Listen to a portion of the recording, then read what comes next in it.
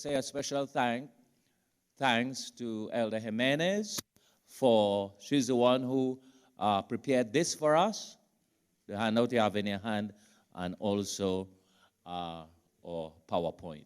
So thank you very much. Health is not everything, but without it, everything is nothing. Health is not, this is what Kester was about to tell us. Health is not merely the absence of disease, but it is physical, mental, social, and spiritual well-being. You see what health is? So some people feel they are healthy because there's no identifiable disease. Because you're not suffering from any particular disease doesn't mean you are healthy. Health means physical, mental, social, and spiritual well-being. Physical has to do with the body, of course. Mental has to do with your. So, if your body is well, but upstairs, it doesn't go all the way to the, then you're not healthy. That's mental. Social, the way you interact. If that is off, you would not be enjoying good health. And spiritual well-being, your connection with God. So, health includes all those areas. Right. Health, to be truly appreciated, must be interrupted. This is not something that is recommended, but this is just stating a fact.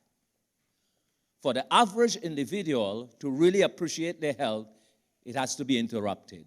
In other words, what we are saying is, most times, it is only when you become sick you really appreciate what it is to be well. For the average individual, most time it is only when they lose their health for a period of time that they really start to take note and take stock and say, hey, I need to take care of my body. Sadly, for many people, they only really appreciate their health when it is lost and gone forever. As the old folks used to say, sometimes they try to close the gate when the horse has bolted. That's a little too late. So this is what we are trying to avoid by having seminars like these, so that we can really stop and appreciate this health that God has given to us. Because many times when it is gone, it is gone. Only a small, okay, now we begin with the magazine you have in front of you.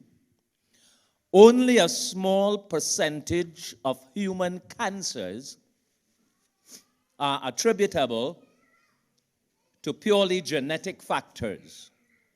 The rest involve external factors, particularly your diet.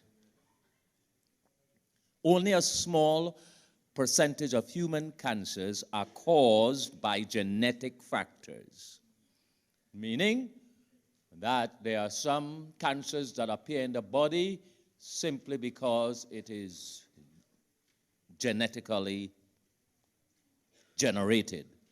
It's there, just waiting for the opportunity to strike. But only a small percentage. The greater percentage revolves around how and what you eat. Yes? Okay. If you do everything right, you treat your body right, you exercise right, you eat right, you live right, you will never get sick. True or false? Let me ask this question again. If you do everything right, you live right, you exercise, you eat right, you drink right, you do everything right, you'll never become ill.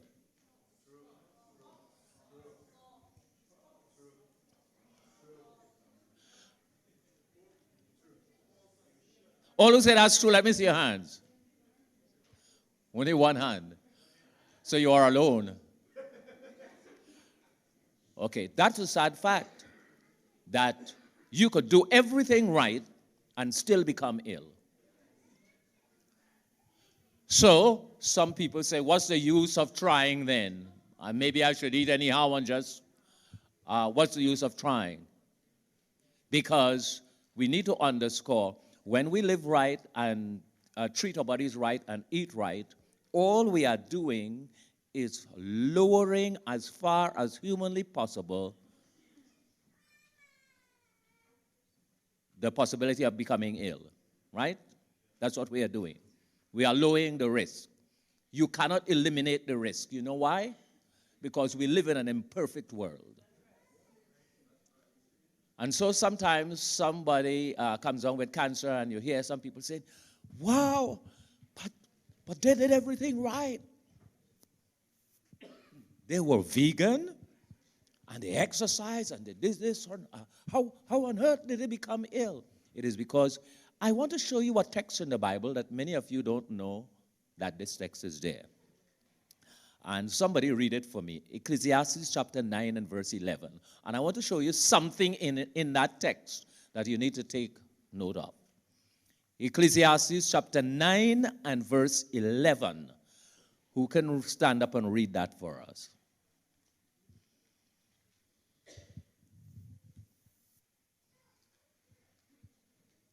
All right. Okay, hold on. Everybody's not listening. Okay, everybody stop rustling your papers. Listen to this. Go ahead.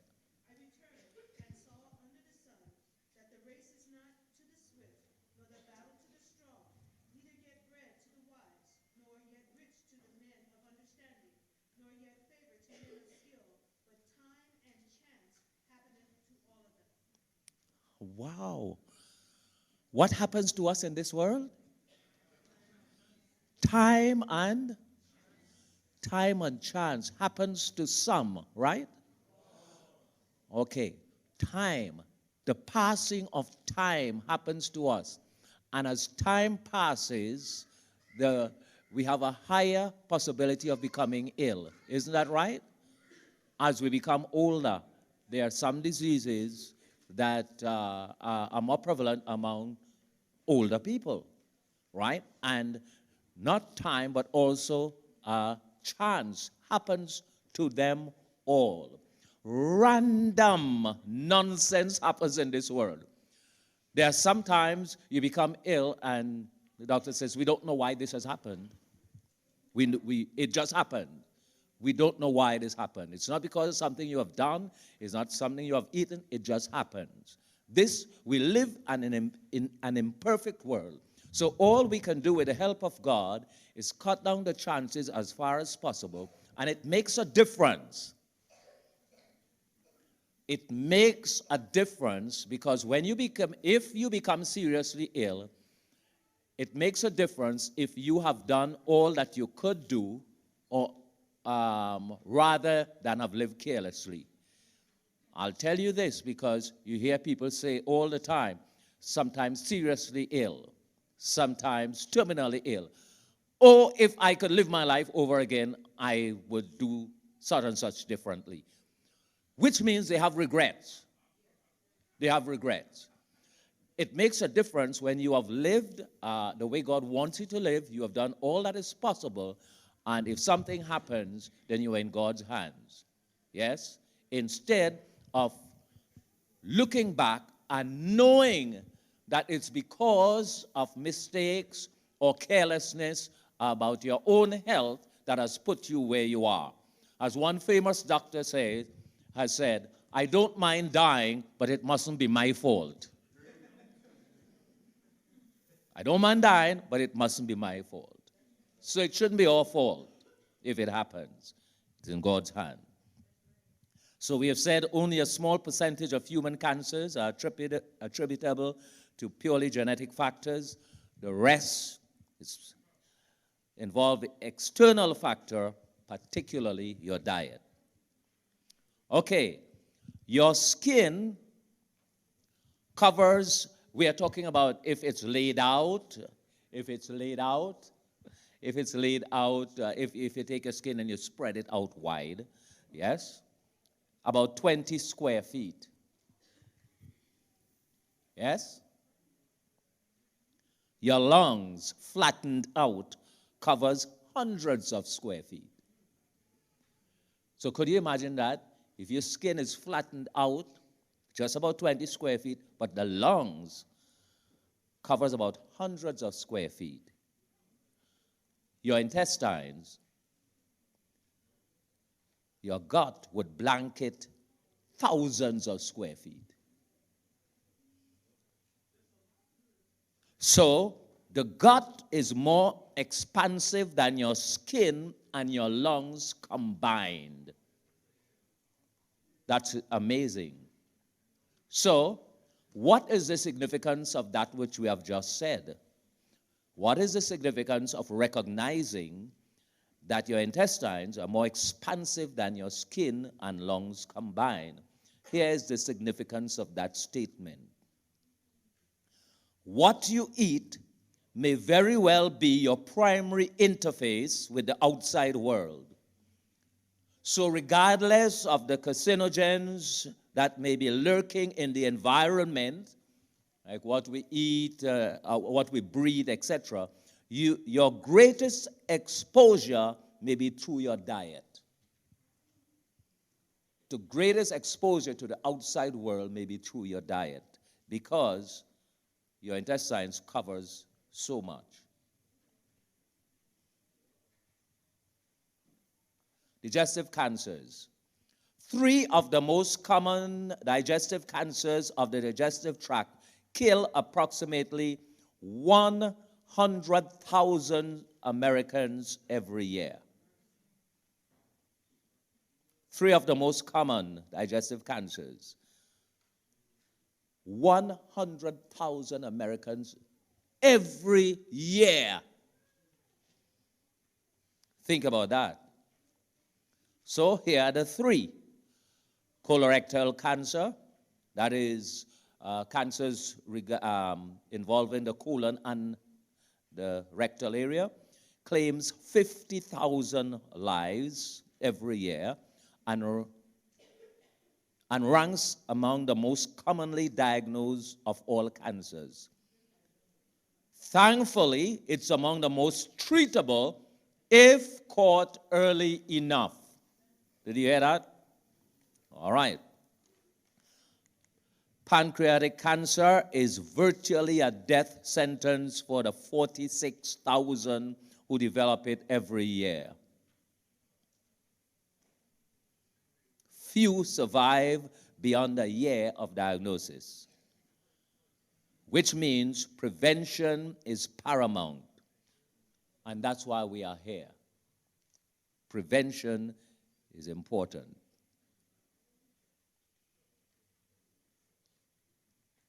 The third one is esophageal cancer, which affects the tube between your mouth and the stomach. It is also frequently fatal for its 18,000 annual victims. So these are the 3 most common and that you should know.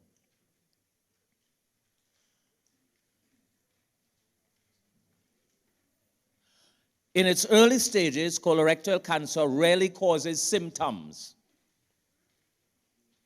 If it's not caught until its later stages, treatment is more difficult and less effective.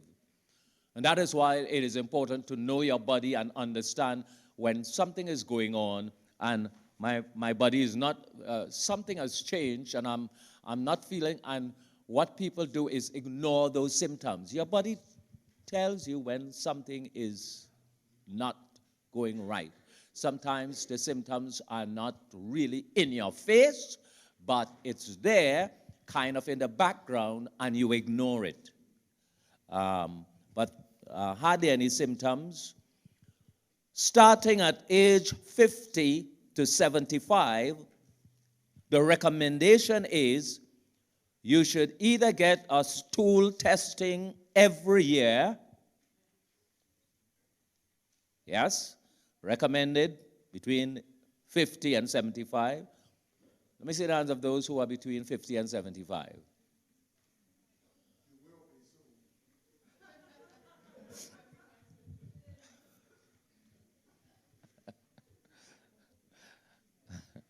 It's the answer that brings the problem. Okay. You should either get a stool testing every year,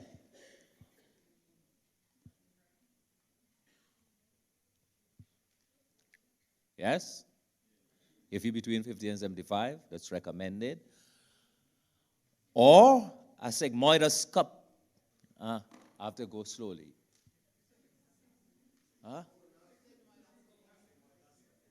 Sigmoidoscopy every year, 5 years, or colonoscopy every 10 years. This is generally what would be recommended out there. Yes? Okay. Listen to this now. Despite how routinely colonoscopies are performed, I'd like to give you all the information. Serious complications occur in about 1 out of every 350 cases, including such issues as perforations and fatal bleeding. So it's not a procedure where you do, oh, it's just something done. You need to know that. Serious complications occur in 1 out of every 250 cases.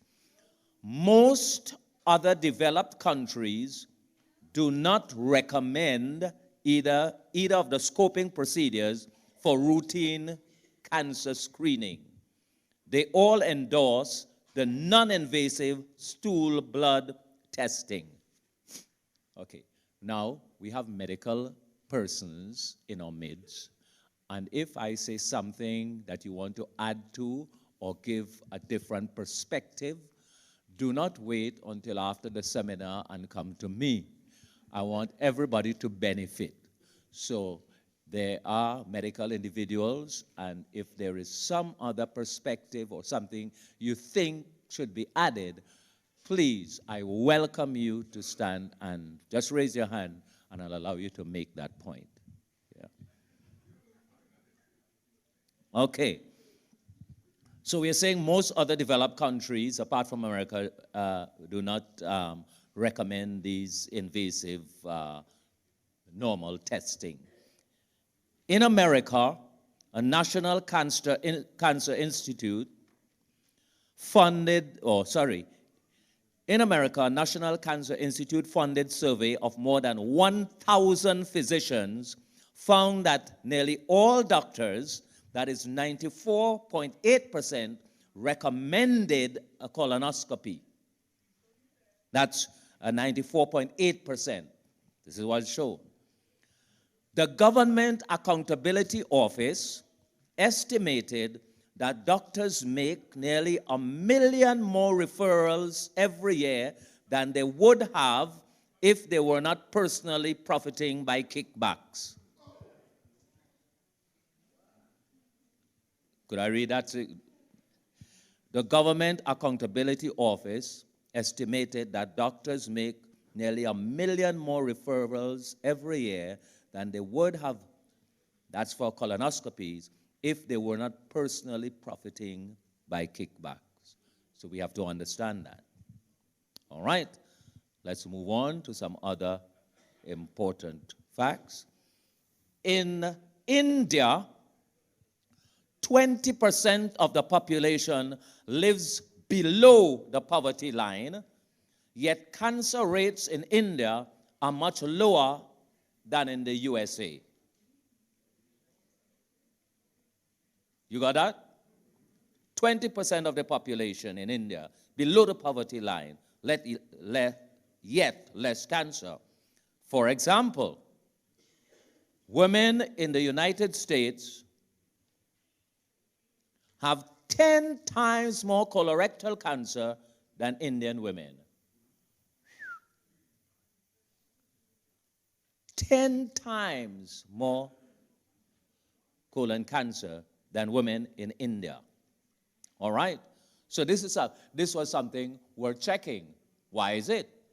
These are poor people. They live below the poverty line and less cancer. And they have discovered a possible reason, and here is it. Regular use of the spice, what? Turmeric in Indian cooking has been proposed as one possible explanation. Curcumin, the yellow pigment in the spice that doesn't get absorbed in your blood, ends up in the colon, where it could impact cells lining your large intestines, where cancerous polyps develop. 6 months of curcumin, along with quercetin, found naturally in such fruits and vegetables as red onions and grapes, were found to decrease the number and size of polyps by more than half in patients with a hereditary form of colorectal cancer. Okay. I pause at different times to see if there's any explanation or any comments or questions you may have. And anything you want to ask concerning anything we have covered so far?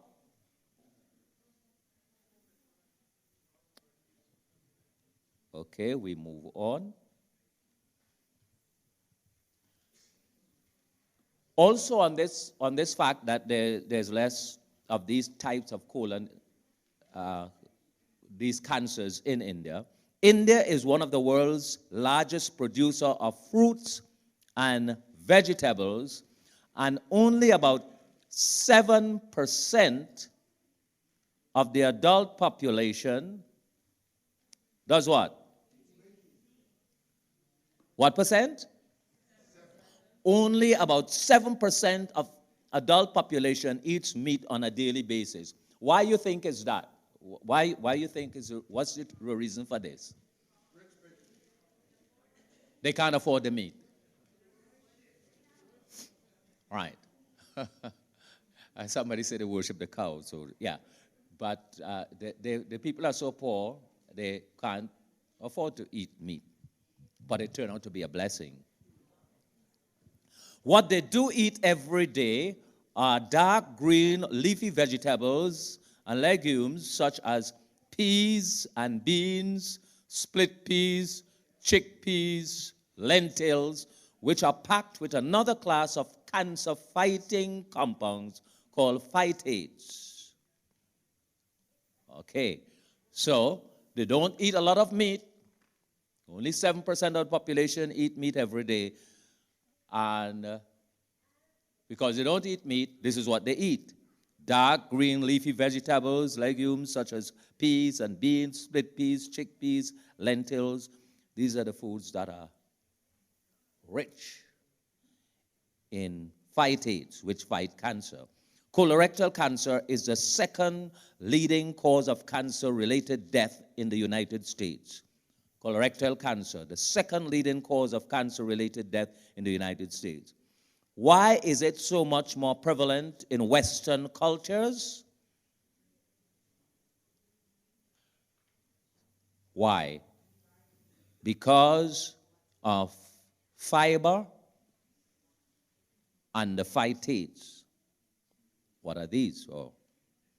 Phytates are found in the seeds of plants, in whole grains and beans, nuts, and seeds, which is also missing in processed and animal-based foods. So, fiber and phytates, which are found in the seeds of plants, whole grains, how much of that do you eat? Beans, nuts, and seeds. What are the kind of seeds we can eat? What do you eat?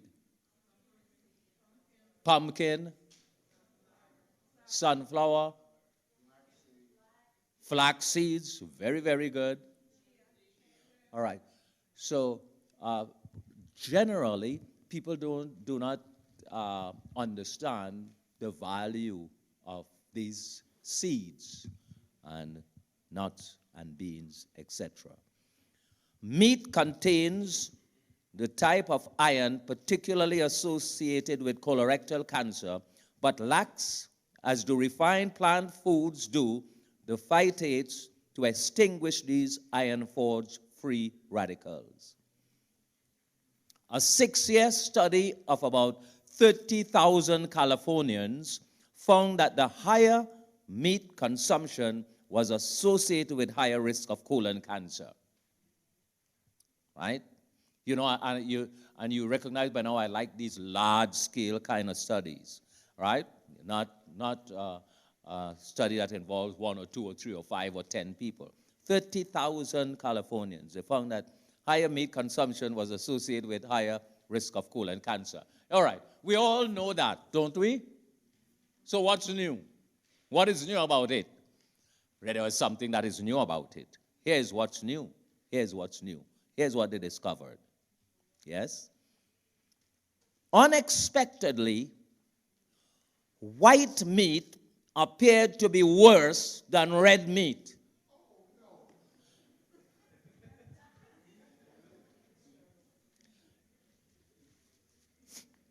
It shocked the researchers. They were also surprised because this goes against what we were generally taught.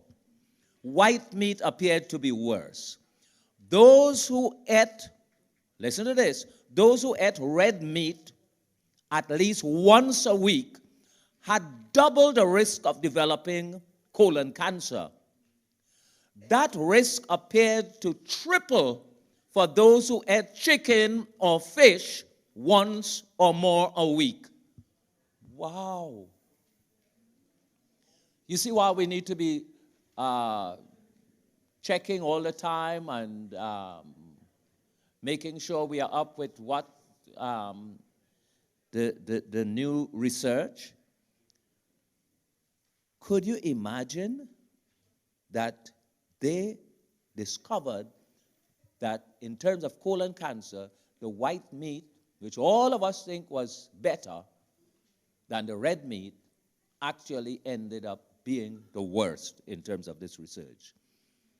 Eating beans, an excellent source of phytates, was found to help mediate some of that risk.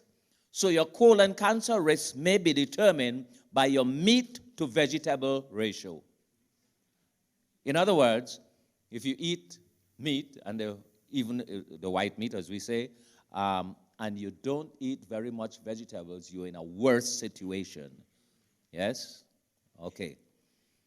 When you eat whole grains, beans, nuts, and seeds, phytates are rapidly absorbed into the bloodstream and readily taken up by these tumor cells. Besides affecting the cancer cells directly, phytates have been found to boost the activity of natural killer cells, all right? So they help. The risk appeared to be tripled, right? We went through that. Here are the 2 ways in which phytates help, which you find in food. They boost the activity to natural killer cells, which are the white blood cells that form your first line of defense by hunting down and disposing of cancer cells. So these phytates boost the white blood cells. And phytates can also play a role in your last line of defenses, which involves starving tumors of their blood supply. Any questions or comments thus far? Were you surprised about the white meat, BJ? Pastor, I'm speaking from the uninformed. That word, P-H-Y, how long have you known about it? The phytates. This is a new word that I have seen fairly recently to me. Yeah. Yeah. Yes, go ahead. Is it true that I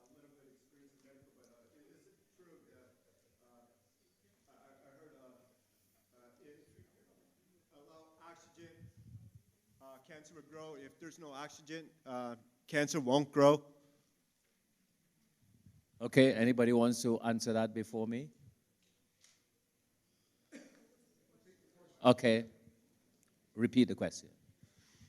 Is it true cancer cells will grow if there's oxygen supply, and if you deny them oxygen, cancers do not grow? Who wants to answer that definitely?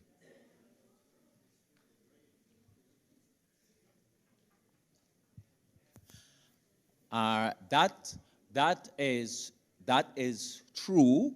That is true, because we just said that one of the role of the phytates that you find in these fruits and nuts and vegetables, etc., they play a role in your last line of defense, which involves starving tumors of their blood supply and their oxygen. That's the oxygen supply too. Yes. They have also found that is why regular exercise can also play a role, because as you exercise vigorously every day, your whole body is more oxygenated and there's less chance for cancers to develop. It doesn't obliterate chances, but it just gives you a bigger chance. Okay. Let me go on to some other matters in terms of cancer development here. In terms of colon cancer, stool size matters.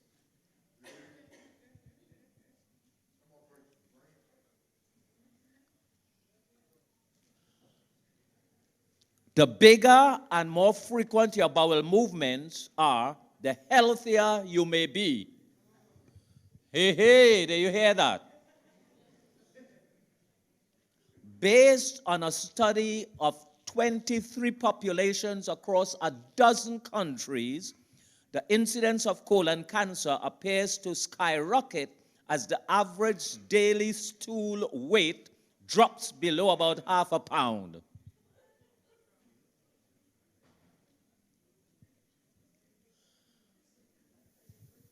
So, if you are very healthy, your average stool should weigh about a pound in weight.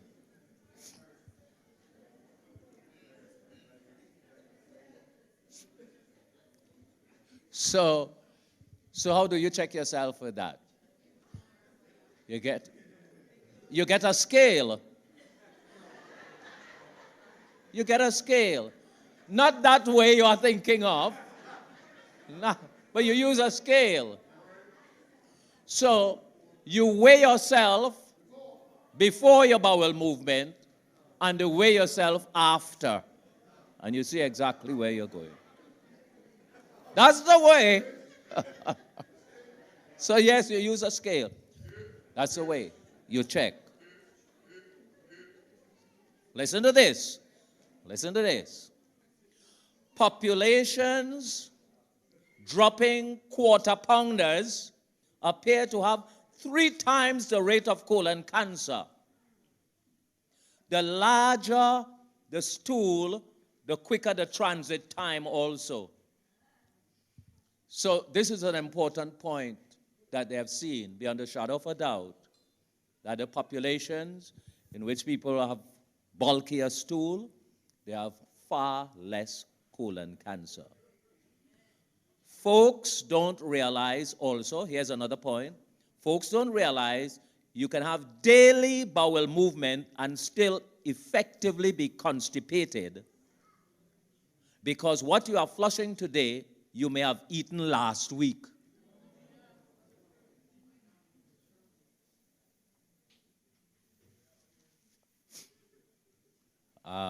So this here is very important. I was doing a seminar some time ago, and we were talking about some of this, and I was quite taken aback when some young people say, yes, I didn't know that important. They said, I have a bowel movement just once or twice for the week. that is definitely heading for problems. You can measure your oral anal transit time by eating some beets and noting when your stools turn pink. So this is another test. Apart from weighing yourself, if it takes less than 24 to 36 hours, you are probably meeting the healthy half-pound target. Yes? So if your stool, after eating beet, your stool turns pink about by the next day, within the 24-hour, you know your colon is working properly. If not, then it's not working properly and you may be heading for problems. Constipation can be considered a nutrient deficiency disease. That's something there for you to write in. Constipation can be considered a nutrient deficiency disease, and that nutrient is fiber.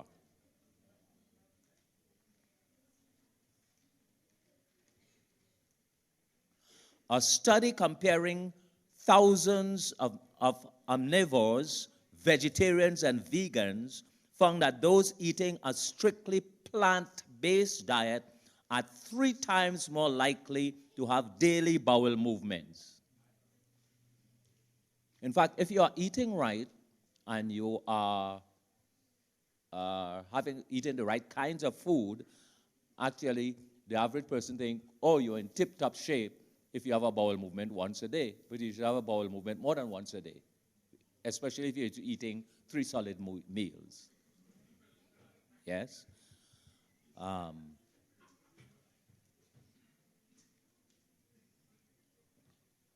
Let me pause here. Any questions or comments? Because I'm struggling to keep up. Is it possible for those blanks? Okay. All right. Now, let's pause here and make sure you have your blanks filled in, because some of you, let's go back, and if anybody wants me to just check where you didn't fill in, you didn't get it filled in, let's do that before we proceed further. Because this is a good review for when you go home, because you hear something and you can't take in, absorb everything. It's good for you to just review, and this is what this is all about. All right, so we want to catch up in filling in the blanks. If you have not been keeping up and you want to catch up, now is the time. All right, so yes. Where you are, on the second page? Up.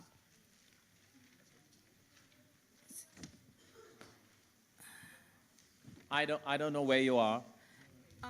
Where's that? It's on the second page. It says those who ate, and I put in once per week, or I'm not sure if it's once per week supposed to be in there. Okay, everybody, let's help her. Those who ate chicken or fish Chicken off it. had Okay. triple the risk than those who ate red meat of developing colon cancer. Those who ate chicken or fish had triple the risk than those who ate red meat of developing colon cancer. And that's a real stopper, because generally everybody says, stay away from the red meat. Eat chicken and fish. Stay away from the red meat. And all of a sudden, here's what they found, at least in terms for colon cancer, the chicken and fish has a higher risk. Wow. Much of that could be what they're adding to chicken, what they're doing with the chicken, what they're feeding the chicken, things like that, yes, to blow them up over a short space of time. Anybody else? You want to catch up? Yes. The first page, the last 2.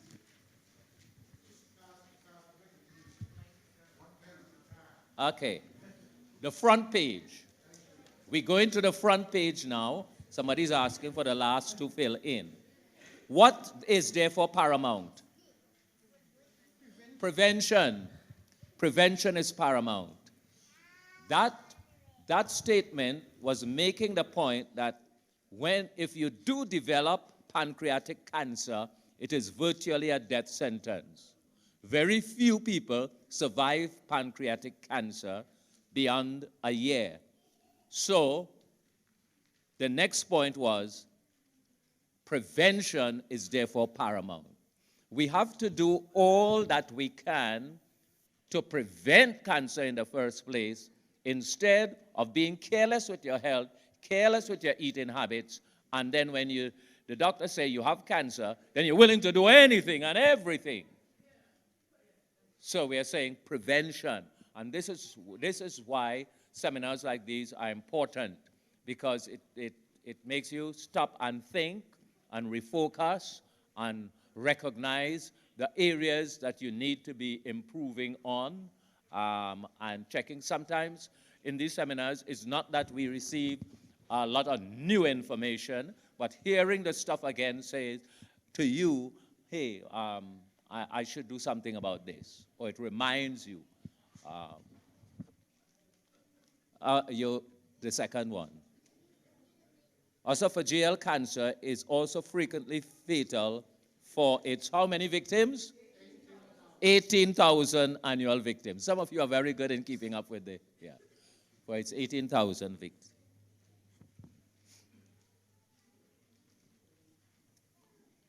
All right.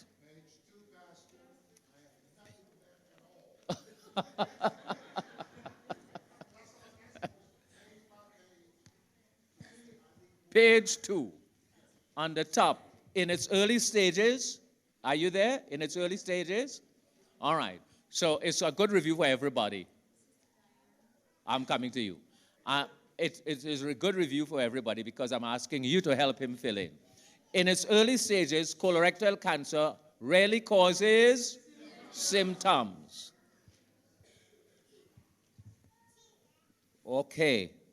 So that is why it rarely causes symptoms. That is why it is important to have at least after you are age 50 to have annual, what did we say? A stool test.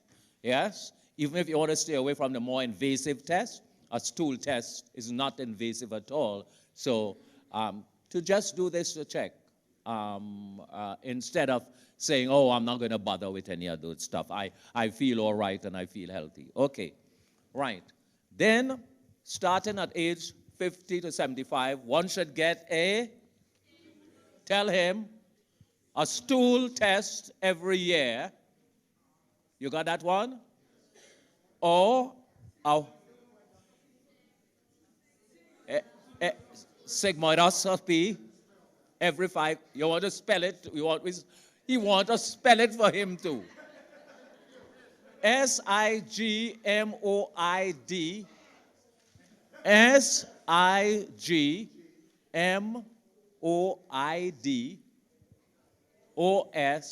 Sigmoidoscopy.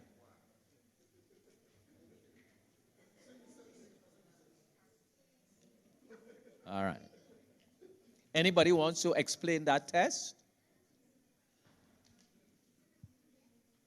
The sigmoidoscopy? Okay, give sigmoidoscopy. He's just explaining what that is. Yeah, I'm not an expert on this, but it's basically they're using a scope called a sigmoidoscope that actually goes up the sigmoid colon and looks at the sigmoid colon. They set the scope up by a time limit. So you take at least, I think it's a minute going up and a minute coming back out so that you're looking at all aspects of the sigmoid colon to see if you could have polyps or any of these signs that show that you may have cancers in there. Ah, good. What? And then, BJ, the 3 is colonoscopy. You can spell that one? Okay. What's the difference between the sigmoidoscopy and the colonoscopy? No, it's Your colon's just divided into different parts. So you've got the sigmoid colon and the regular colon. So they're looking at just different aspects of the colon. Right. I think the colonoscopy goes further, right? The sigmoid, the sigmoidoscopy goes further up than the colonoscopy. Oh, that one Yeah, goes that's further. what I think it is. No, it's the opposite way. Sorry, The it's opposite the opposite way. way. The It's opposite the way. opposite way. Yeah. The colonoscopy One goes up, further. yeah. Yes. Yeah.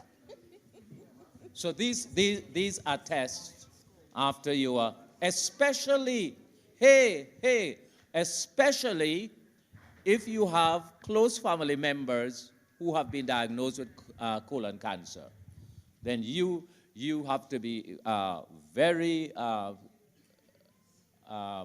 careful, vigilant about having these tests done.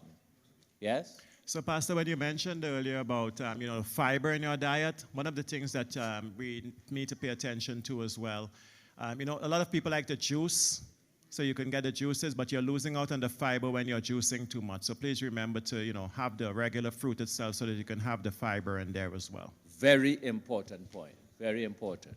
Yes. Hold on for a mic. People want to benefit.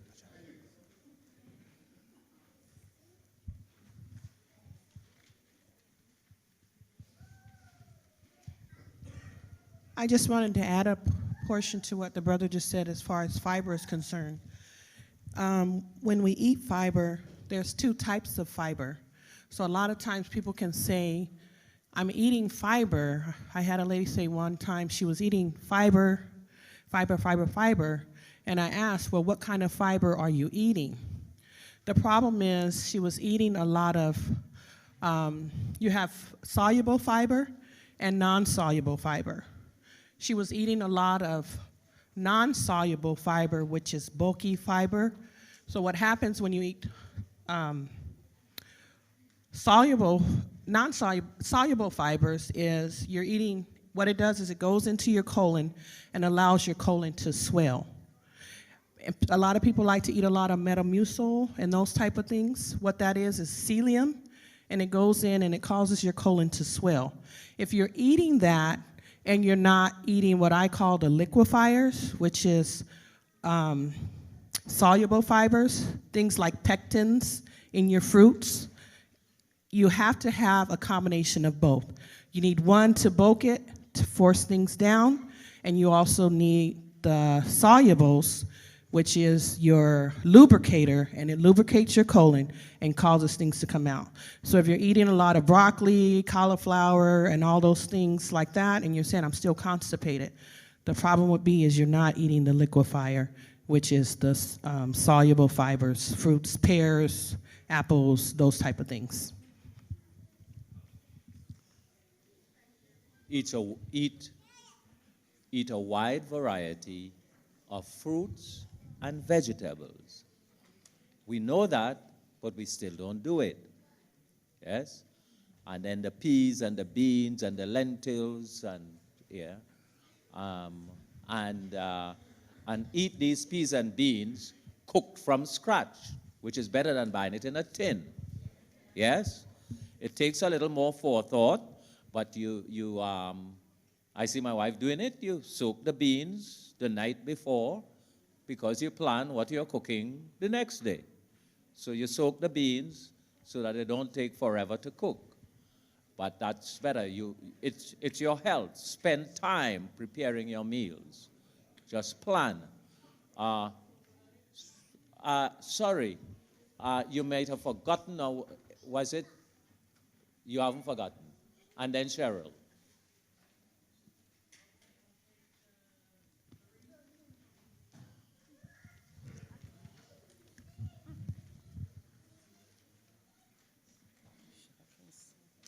Oh, okay. On page 3, Pastor, Yes. I think it is, it says that they...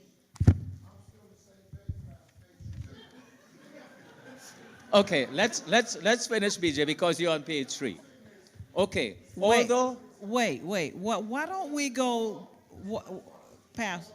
No, You're on page 3. He's still on page 2. Okay. We were completed. So this is my suggestion. I'm sorry.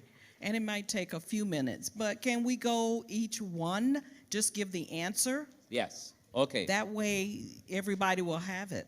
Although performed routinely every day, colonoscopies lead to serious complications in 1 out of every 350 cases. You know what I was pointing out? This is giving you the whole picture. Because some people think, oh, you just do a colonoscopy and that's fine. They are pointing out that it's not without risks. Yes? Serious complications happen in 1 out of every 350 cases. So you have to weigh the risk. Cancer rates in India are much lower than in the USA. PJ, women in the US have 10 times more colorectal cancer than Indian women. And then below, let me see. Turmeric in Indian cooking has been proposed as the explanation. Turmeric. And the next line, curcumin and,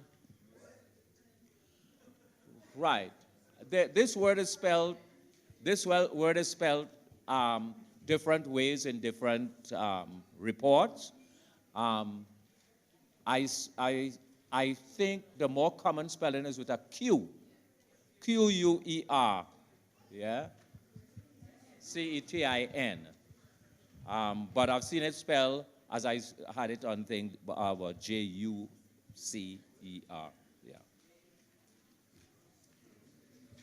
It is found naturally in such fruits and vegetables as red onions and grapes, and were found to decrease the number of polyps by more than half. So, the same old wisdom we had. Eat lots of fruits and vegetables. Some people eat a little half apple every morning and say you should be eating 3. The recommendation is you should eat at least 5 servings of different fruits every day. How many of us do that? We should aim for that. All right. So, we are finished with BJ.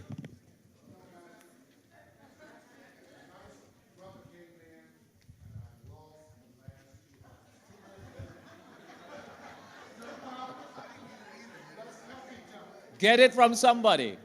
We can't spend more. Yeah. Look, I'll turn behind you. Turn behind you. That lady right behind you there,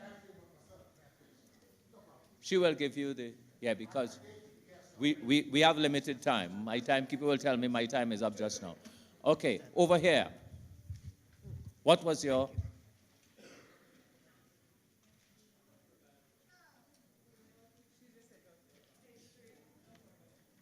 Okay, on page 3, in its early stages, colorectal cancer rarely causes symptoms. Are you, everybody is with me? So, sorry, my mistake. Only 7% of the Indian population eat meat on a daily basis. What do they eat every day? Green leafy vegetables, legumes, peas and beans. What else?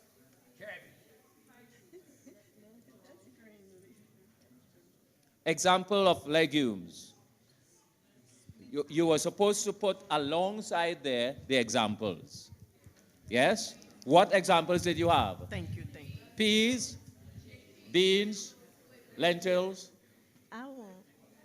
split peas. Now these folks are funny. Some of these things, what they are saying, I don't know what's the difference. Pastor. How you'd say peas and then say lentils. Lentils is peas as far as I'm concerned. Split peas is peas. So they say peas, beans, lentils, split peas, and so, but, okay. And what? Okay. Pastor. Hold on. Legumes are filled with cancer-fighting compounds called Phytates, P-H-Y-T-A-T-E-S. He's over there. Pastor, I just wanted to ask, some people who know that turmeric is very good can't use it with high blood pressure medicine. Why? Can't use it with what? High blood pressure medicine that they get from the doctor. Why? Okay, you'll have to ask a doctor that.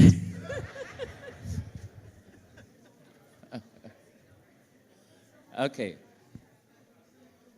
When we are having, okay. Hold on, you need a microphone. You're answering that question. Yes. Okay, thank you. Turmeric is considered an NSAID, like you take ibuprofen, and those medications are not good for patients who are hypertensive. Thank you. Thank you. There is a difference between preventive medicine and medicine. Okay? Because I have been trained to deal with healthy people. Doctors are trained to deal with. So if you bring me into a room with a whole room of sick people, I am out of my depth. Do you understand that? If you bring a doctor into a room of healthy people, he out of his depth, because he has been trained, a doctor has been trained to deal with sick people. Yes? It is good that some doctors now are learning to widen and also do preventive medicine. But traditionally, they are changing now, but formerly, doctors in their whole training maybe will do one class in nutrition or something like that. Do you understand? So they are trained to deal. So sometimes we're having health seminars. Some people say, oh, but I'm suffering from this disease, and so I can't do this. I say, you need to check to your doctor. I can't handle that. I could help you to prevent you from becoming diabetic in the first place. If you already have diabetes, you have to get counsel from your doctor. You understand the difference? Preventive medicine, the doctor is, when you're already sick, what do you do? Yeah, Eric. Turmeric can treat hypertension on its own if you're not too far gone. So if you combine turmeric with a dosage of hypertensive medication, you could run the risk of lowering your blood pressure too much, which could cause fainting and other conditions to ensue. So you don't want to combine. I don't know if she got that, because you were too quick for even me. Slow down and explain that again. If you combine turmeric with another antihypertensive medication, it's like you're taking two antihypertensives, which would lower your blood pressure too much. So you don't want to combine the two, because hopefully your dosage is set for whatever level of hypertension you're dealing with. Does that make sense? Okay. Thank you. Yes. I think we are missing some of the point here. The amount of turmeric that they're using in cooking is different from the amount of what people are trying to supplement. So when you're using it as a spice, you're not getting the amount as if you are taking 2 or 3 capsules a day on a daily basis. So the amounts are totally different. So when you're using it in cooking, you're not getting the same amount as if you decide to take it as a supplement. Thank you. Thank you. Personally, I am not too much for supplements. Hear me? Hear me. Personally, I'm not too much in terms of supplements, because most of the time, The supplement, you're spending a lot of money to buy supplements, and a lot of the time, what you are taking